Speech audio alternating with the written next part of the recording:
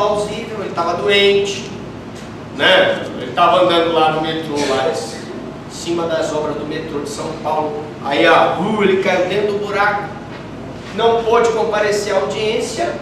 Nesse caso será designada nova audiência para comparecimento dele. Bom, outra questão interessante: toda vez que tu intimares o acusado, a intimação deve ter a advertência de que ele deverá se fazer acompanhado de um advogado, sob pena de lhe ser nomeado um defensor dativo.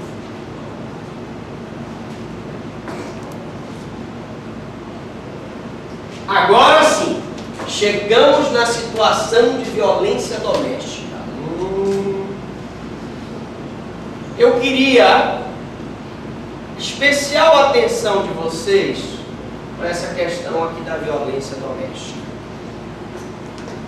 Minhas queridas colegas de trabalho, preste atenção agora.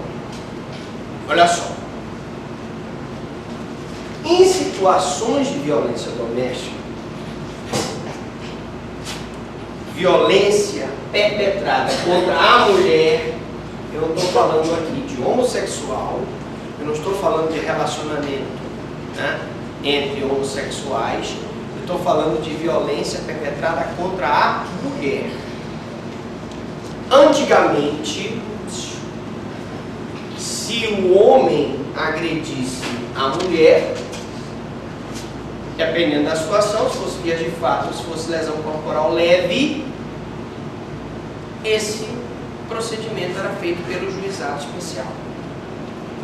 Com o advento da lei Maria da Penha, né, o nome dela? A lei 11.000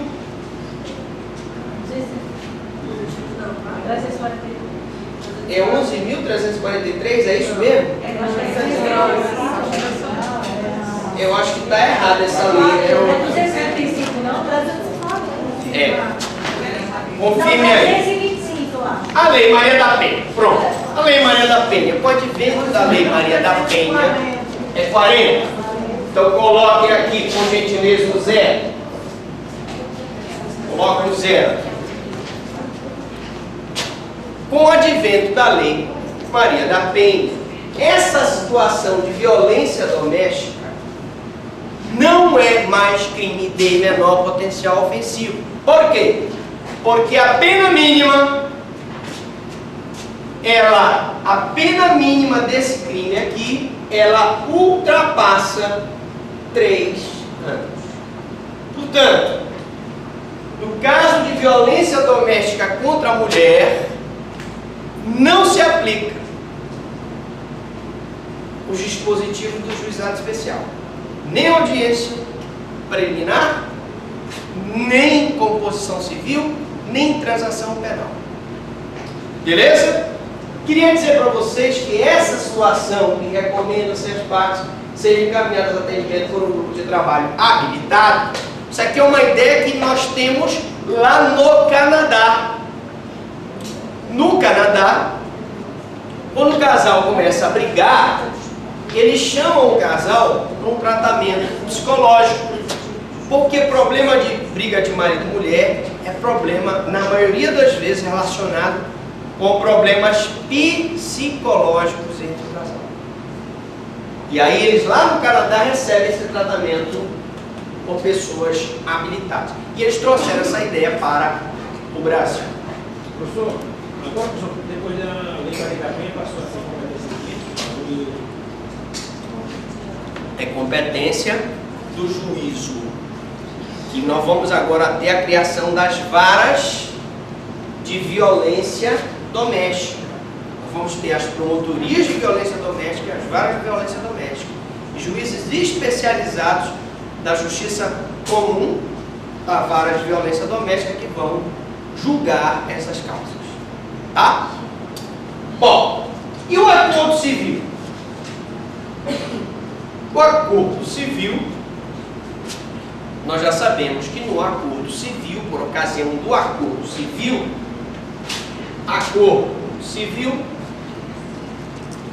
o MP não funciona. Tem exceção, professor? Tem. Se o Ministério Público, se no processo tiver relacionado com interesse de incapaz, o Ministério Público vai funcionar sim na composição civil. O acordo que tiver objeto, obrigação de fazer ou não fazer, deverá conter uma cláusula penal com valor certo para facilitar a execução do cível. Por quê? Os alunos da outra turma me perguntaram o seguinte: tá bom, professor, o cidadão chega lá na audiência, faz um acordo com a parte, diz que vai pagar, vamos supor, R$500 e chega no dia, ele não paga. O que faz? Nesse caso, se o acordo contiver uma cláusula penal, por exemplo, o que é uma cláusula penal? Ele diz lá que se o acordo não for pago, será estabelecida uma multa de 50% da parcela em atraso. Então, desses R$500, ele teria que pagar 750, 500 mais a multa, 250. E esse acordo aqui tem natureza jurídica de título executivo nocível. Não sendo cumprido esse acordo aqui, ele vai ser executado nocível. É um título executivo judicial, porque foi homologado pelo juiz, e eu vou executar nocível. Quer dizer, professor, que se eu fizer um acordo com uma parte e essa parte não cumprir, eu posso executar esse acordo nocível? Pode. Ele vai ser uma execução normal, ele vai ser citado, vai ter que nomear bens a penhora, certo? E todo aquele procedimento do processo de execução. Nas infrações de menor potencial ofensivo, a ação penal pública incondicionada, a composição civil implicará na rejeição da denúncia ou arquivamento por falta de justa causa. Olha só. Temos aí um crime de menor potencial ofensivo. Ação penal pública incondicionada. O Ministério Público não precisa da representação do ofendido para ajuizar a ação penal. Mas o ofendido chega com o autor do fato, a vítima chega com o autor do fato, faz um acordo. Olha, tu me dá R$1.000, fica por isso mesmo.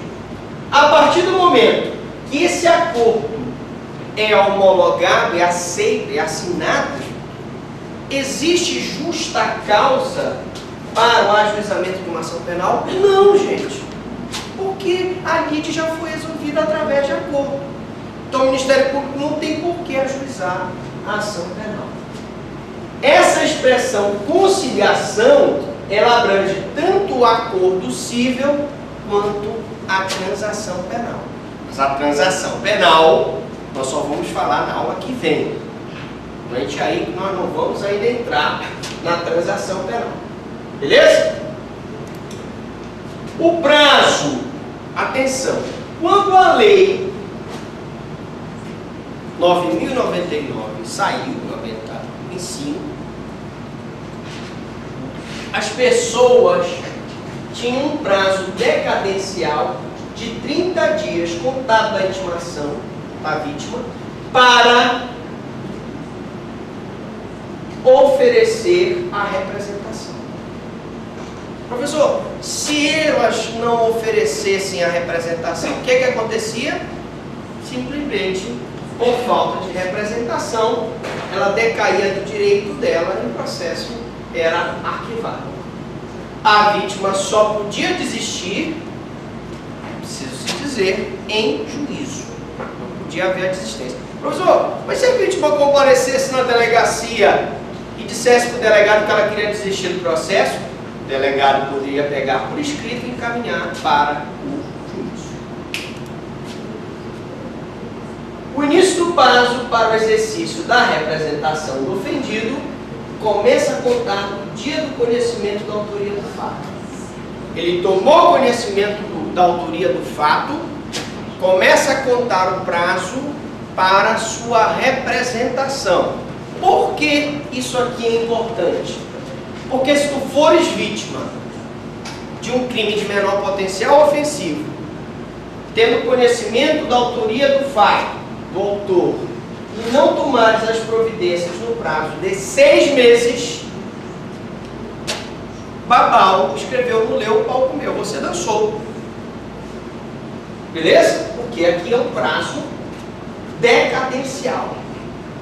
Qualquer manifestação da vítima que enseje, direta ou indiretamente, expressamente ou tacitamente, o desejo de ver a pessoa que praticou a infração de menor potencial ofensivo ser processada, é considerada como representação e deverá ser lavrada por escrito. No concurso de agentes, a oposição da vítima em oferecer a representação contra um dos coautores implica na não oferta da representação aos demais. Imaginemos que uma mulher tenha sofrido um crime de menor potencial ofensivo praticado por 3 homens e ela não quer oferecer a representação contra um deles.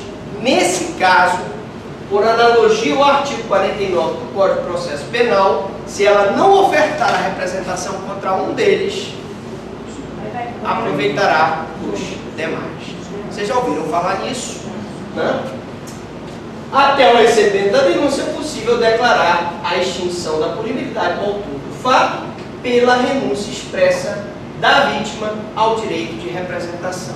Professor, quer dizer o seguinte, que até o recebimento da denúncia, a vítima pode chegar lá e dizer assim, olha, eu quero desistir de representar contra o autor do fato. E também quer dizer que, se o juiz já tiver recebido a denúncia, a vítima não pode se retratar em relação à representação. Exato. Se tu és vítima, se a denúncia foi recebida, ainda que tu não queiras mais, já era. Porque se a denúncia foi recebida, você não tem o direito de desfazer a representação. A retratação em sede policial será encaminhada a um juiz, já falei. O juiz ou conciliador, nos casos de manifestação de renúncia ou desistência da representação que envolva violência doméstica, deverão ouvir separadamente os envolvidos. Nesse caso, foi acatado pela Lei Maria da Penha essa questão. Não só isso, como também o afastamento cautelar do agressor. O juiz pode determinar, para preservar a integridade física da mulher, o afastamento cautelar do agressor. Na próxima aula, vamos ver transação penal. Alguma dúvida? Alguma pergunta?